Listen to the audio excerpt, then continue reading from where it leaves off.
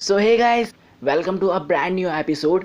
तो इस एपिसोड में मैं आपको देने वाला हूँ वर्ल्ड की one of the best mind bending movie, pre destination. और मैंने इसको वर्ल्ड की one of the best mind bending movie इसलिए कहा, अगर जो आज तक की सबसे माइंड बेंडिंग मूवी मानी गई है वो है हमारी इंसेप्शन। और अगर मैं इंसेप्शन को 10th नंबर पे रखूँ ना, तो ये 3rd नंबर पे मूवी आएगी। तो सोच ही सकते हो कितनी डेंजर मूवी है। तो मूवी का नाम है प्री डेस्टिनेशन। तो मूवी का जो बजट था पूरा, मतलब ये मूवी है ना अपने टाइम के हिसाब से बहुत ज़्यादा आ गया है, इसलिए वो ज़्यादा ये अर्न नहीं कर पाई। लिटरली बहुत ज़्यादा आ गया है। और इस बात की वो जो अंदेशा है वो आप इसकी IMDb रेटिंग से पहचान सकते हो, वो है 7.8। लिटरली ये मूवी इससे बहुत ज़्यादा डिज़र्व करती है। बिकॉज अगर आपको प्री डेस्टिनेशन का मतलब नहीं पता, तो पहले प्री डेस्टिनेशन का मतलब बताता हूँ। प्री डेस्टिनेशन पैराडॉक्स होता है। ये पैराडॉक्स का पहले मतलब समझना पड़ेगा। पैराडॉक्स मतलब होता है एक ऐसी पहेली या विरोधाभास जिसको भगवान तक नहीं सॉल्व कर सकता। जैसे जो सबसे टुच्चा जो पैराडॉक्स है वो है मुर्गी और अंडे का, कि मुर्गी आई या अंडा आया। बहुत सारे साइंटिस्ट ने इसको प्रूव भी कर रखा है। कुछ ने 90% प्रूव कर रखा कि पहले अंडा आया, कुछ ने 90% प्रूव कर रखा कि पहले मुर्गी आई। और लिटरली अगर भगवान भी आ जाए तो वो भी सॉल्व नहीं कर सकता कि कौन पहले आया। और उनमें से एक पैराडॉक्स है कि स्टोन और गॉड का पैराडॉक्स, कि अगर भगवान अगर सबसे ज़्यादा ताकतवर है तो वो एक ऐसा पत्थर बनाएगा जिसको आज तक कोई उठा ही नहीं सकता। और अगर उस पत्थर को भगवान उठा नहीं पाया ना, तो भगवान सबसे ज़्यादा ताकतवर नहीं है, भगवान हमें बेवकूफ़ बना रहा था। और अगर उसने उस पत्थर को हटा दिया तो मतलब इस बार भी भगवान हमें बेवकूफ़ बना रहा था कि वो ऐसा पत्थर बना ही नहीं सकता कि जिसे कोई उठा सके। तो ये होता है पैराडॉक्स। तो पैराडॉक्स का मतलब समझते गए होंगे। अब इस प्री डेस्टिनेशन का मतलब क्या होता है? प्री डेस्टिनेशन का मतलब होता है कि हम किसी चीज़ को रोक नहीं सकते अपने पास्ट में जाके, बल्कि हम उसका एक हिस्सा बन जाएंगे करने का। इसको एक एग्जांपल के थ्रू समझना, कि मान लो कि तुम एक कार से जा रहे हो, है ना, तुम्हारे साथ तुम्हारा पार्टनर बैठा है, लाइफ पार्टनर, है ना, या गर्लफ्रेंड बॉयफ्रेंड जो भी है वो बैठा है, और तुम मतलब डेस्परेट हो उसके लिए और जा रहे हो अपनी कार से। तभी एक डिसबैलेंस टैक्सी आती है और सीधा तुमसे टकरा जाती है। उसमें क्या होता है कि तुम्हारे तो मतलब तुम रिकवर हो जाते हो थोड़ी देर में, बट तुम्हारा जो पार्टनर है वो ख़त्म, मतलब गया, टाटा बाय बाय, ख़त्म। बट अब तुम हो चुके हो बहुत ज़्यादा पागल।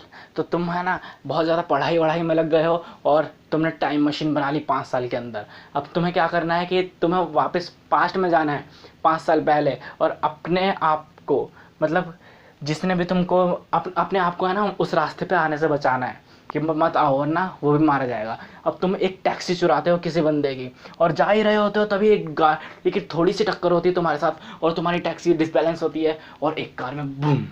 और ये वही कार होती है जिसमें तुम और तुम्हारी गर्लफ्रेंड होते हो। ओ तेरी। तो अब क्या होगा? अब तुम और भी ज़्यादा पागल हो गए हो। अब तुम दोबारा पास्ट में जाओगे, फिर मतलब अब दोबारा प्रेजेंट टाइम लाइन में आओगे, फिर दोबारा पास्ट में जाओगे थोड़े मतलब 5 साल 10 मिनट पहले, कि अपने आप को दोबारा रोकना है और नृत्य करने से पहले। तो तुम एक कार में बैठ गए। अब जैसी वो टैक्सी आ रही है जिसमें तुम अभी 5 मिनट पहले बैठे थे, तुम गए उस टैक्सी को, मतलब रोकना है तुम्हें किसी भी तरह। तुम दूसरी कार में बैठ के रोक रहे हो उस टैक्सी को, बट उस टैक्सी को थोड़ी सी टक्कर लगती है और वो टैक्सी डिसबैलेंस होती है और सीधा जाके लगती है उस कार में, बूम। मतलब ये भी कांड तुम्हारी वजह से ही हुआ। तो एक चीज़ समझ में आ रही है कि तुम पास्ट को रोक नहीं रहे, तुम पास्ट को कर रहे हो, मतलब तुम होने दे रहे हो। अगर तुम है ना वो बंदे नहीं बनते जो टैक्सी को टक्कर नहीं मारता, तो टैक्सी डिसबैलेंस नहीं होती और उससे जाके टकराती नहीं। और अगर तुम टैक्सी में ना होते तो तुम अपने आप को मारते नहीं और तुम्हारी टैक्सी उससे टकराती नहीं। और अगर तुम उस कार में नहीं होते तो ये सब कुछ होता ही नहीं।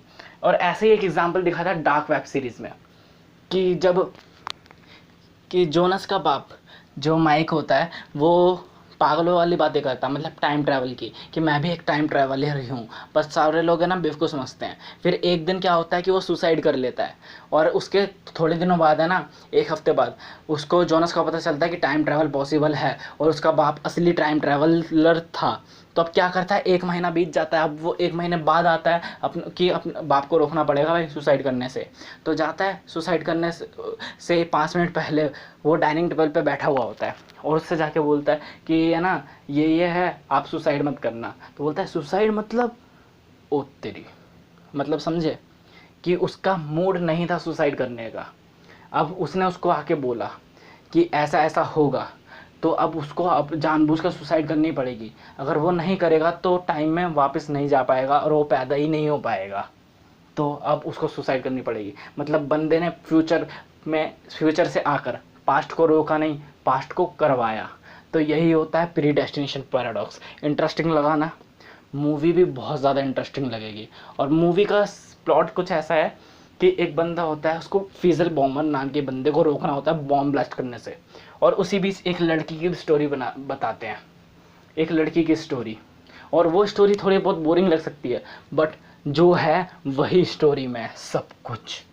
और लिटरली एक से एक चीज़ कि वो लड़का है और जो आदमी है हमारा और बॉमर और जो लड़की, 4 बंदे, चारों के चारों चश्मा क्यों पहनते हैं, ये कॉमन सेंस से ढूंढना है। ये बताया नहीं है पर कॉमन सेंस से ढूंढना। और जो पुलिस वाला जो इन सबको टास्क देता है वो बॉमर की तारीफ़ क्यों करता है, वो भी अपने उससे देखना।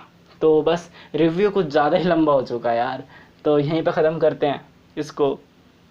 और हाँ, ऐसी मूवीज़ को लेने के लिए ना मूवी डिस्क्रिप्शन में है, वहाँ पे जाके चेकआउट कर सकते हो। और ऐसी मूवीज़ को देखने के लिए यार चैनल चेकआउट करो एक बार, बहुत सारी मूवीज़ मिलेंगी पहले से ही। और लेटेस्ट मूवीज़ भी डाल रही है जैसे कॉस्मिक सीन और जैक स्नाइडर की आर्मी ऑफ द डेड। और बहुत सारी ऐसी मूवी मिल जाएगी, जो कमेंट करोगे वही मिल जाएगी। तो स्टे ट्यून्ड विद अस। और यार इतना सब कुछ करने के लिए थोड़ी सी मोटिवेशन की तो ज़रूरत है यार। इतना सब कुछ आपके लिए करा है, बदले में आप भी करो, लाइक करो, सब्सक्राइब कर लो यार, यहाँ तक सुन ही लिया है। और हाँ, कमेंट करना तो बिल्कुल मत भूलना कि कैसा लगा या फिर कौन सी मूवी अब चाहिए। जो मन है वो कमेंट करो और शेयर करना बिल्कुल मत भूलना, क्योंकि जितने ज़्यादा लोग होंगे उतना ज़्यादा मज़ा आएगा। तो बाय।